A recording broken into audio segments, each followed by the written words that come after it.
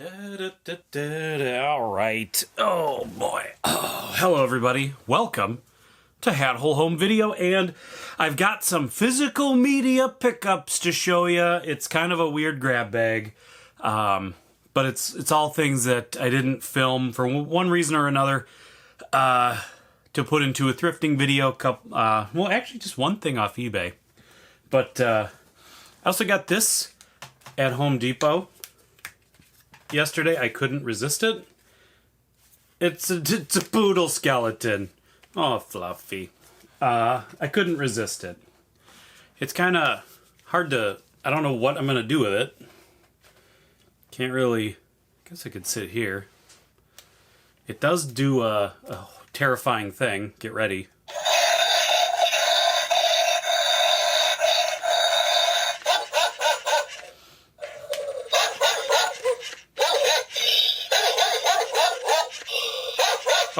Okay, down. Are you done? I swear to God, I turned it off. It's definitely off. Shh. Go to sleep. Go to sleep. Okay. It's got a bit of a funky on-off switch. Oh boy.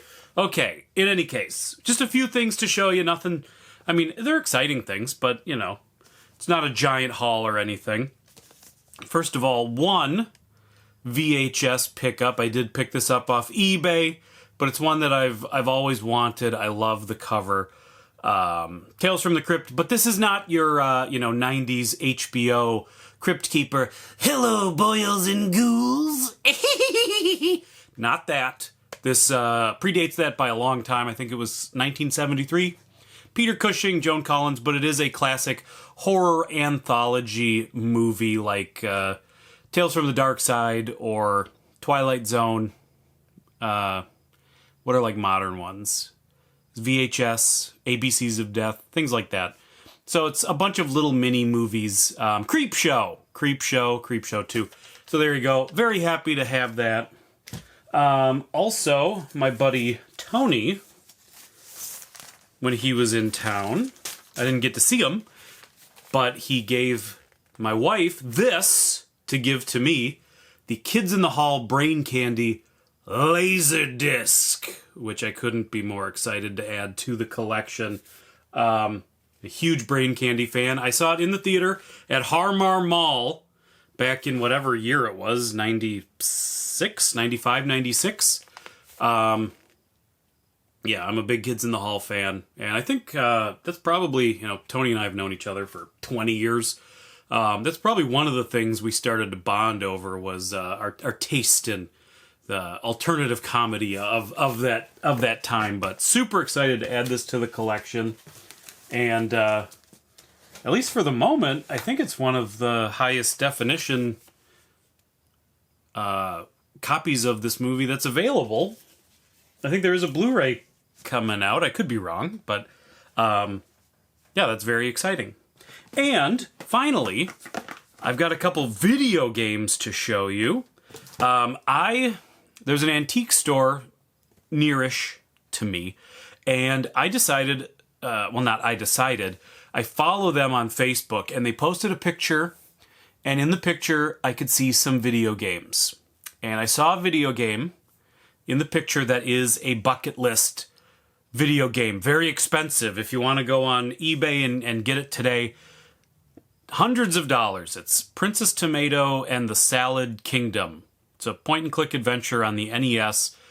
And I've never really looked into why it is so valuable. I assume it was just not popular at the time. Maybe it came out towards the end of the NES's life, so there weren't a lot of copies. And obviously it's just a weird title, so it probably was obscure and not really held on to by people at the time. Kind of a forgotten cult classic that, then has this value. So I see it in this picture, because this antique store, it's a huge antique mall building with lots of different sellers. And they'll once a week go into an individual seller's little corner, take pictures, and do like a seller spotlight. And so I see these Nintendo games, and I see this game that I want, and I think, and I can't see the price tag. But I can see the price tags for some of the other games, and they're very reasonable. So I think, well, maybe, just maybe, Princess Tomato is going to find its way into the collection today. And so much more exciting than finding something off eBay is finding it in the wild, because you also probably have this local connection, which makes it more exciting for someone like me who collects X-Rental and, tapes and items with history, with character, rough around the edges things. And so I go, it's anywhere from 300, 400, 500. It's all over the place on eBay. But that's kind of, it's way up there. And I'm psyching myself up. I had a dream. I saw that post at night, and then it was like the next morning I was going to go right away. And I had a dream about owning... Furnace just kicked on, sorry. Should have turned it off, but, I'm an idiot. But I had a dream about owning it. I had a dream that I went there, and I picked it up, and it was a little more expensive than I wanted to spend. But I said, you know what? You only live once. I'm gonna get it. And I got it. And I think in my dream it was like 200. On the drive there, I decided if it's 100, I'll spend $100 on it. That is my YOLO price. I'll spend 100 on it. I got there, it was $260. And they had a deal going, because it was like a food truck fair weekend in this little historic downtown area. And so they were drumming up business, so it was 20% off of everything. So $260 minus 20%. Not even close to $100. And I said, that's my hard line. So I said, I can't. I was holding a bucket list item in my hands. Not just this game that I want to add to the collection, but it was an X-Rental video update. My favorite video store to get stuff from. It just like covered all these bases. It was too expensive. I couldn't do it. But there was a big line of games, all from this video update. All cut boxes, so they were cheaper than kind of the going rates on eBay. But again, cut boxes are exciting for me if they have that local history attached to it. And so I bought 2 NES games, because one was another game that I've always wanted to add to the collection, which I'll just show you because I haven't shown you anything in a minute. Toobin' for the NES. Is it focusing? Come on, there we go. I love Toobin'. I played the Tom Thumb by my house, which was, for those that don't know, a gas station convenience store. The Tom Thumb had a Toobin' arcade machine for a while, and I played the hell out of that game. I loved it. So I've always wanted to get the NES version. It's a far inferior game than the arcade original, but I've always wanted to add it. It's always been a little bit more expensive. So to find this cut box, which was very cheap, it was like $10 if I remember right, and also an unlicensed Tengen cartridge, which is always fun to add. And yeah, I don't know if it'll focus, but it's the video update. There we go. The video update from Maple Grove, Minnesota.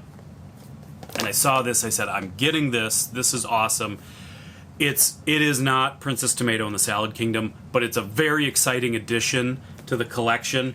And then I thought, there's this whole line of these video games, and they're all, like, I hate the idea of, like, taking one away from its friends. Like, this game has been with these other games. They sat on this video store shelf together in the late 80s, and now I'm taking this one away. It's like I'm taking it away from its friend, so I had to get another one.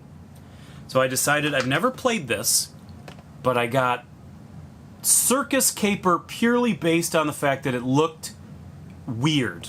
And again, I have no idea if it's terrible, if it's wonderful, but just looking at the pictures on the back of the box, I was like, this is the one. Again, it was a relatively cheap game. None of them were, like, I think both of these were 10, but really, they had some other good titles, and nothing was really over 25, so they were all acceptable prices. I've been kind of thinking about going back and just maybe grabbing one or two more. But there you go. Those are my weird little additions to the physical media collection. I probably should have bumped up that light. Oof. Oh boy, I look sick.